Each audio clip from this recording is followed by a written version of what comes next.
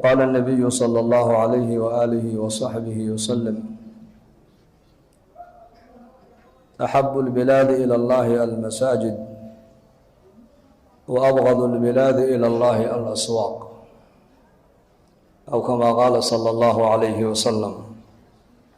الحمد لله إلهي بانكم مهدنينا inaga soo qayb galiyay salaada maghrib inaan jamaca maaragtaan aan la tukano kadib ilaahay wuxuu noo idmay inaan masaajidka ku nagaano oo ku i'tikaafno inagoo ilaahay tabaaraka wa tacaala kaliya doonaya maaragtaan ridihiisa. meel lagu nagaado waxa ugu khayr badan waa masaajida,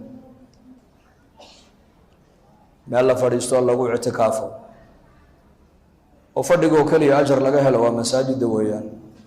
dad iska fadhiisatay masaajidkaas ood xataa xadiis aanad dhegaysan, ood quraan aanad akhrisan, oo dikri aanad samaynin, kaliya haddaad maskiidka wayso qabaad ku dhex fadhiisato ayaa ilaahay kugu naxariisanaya.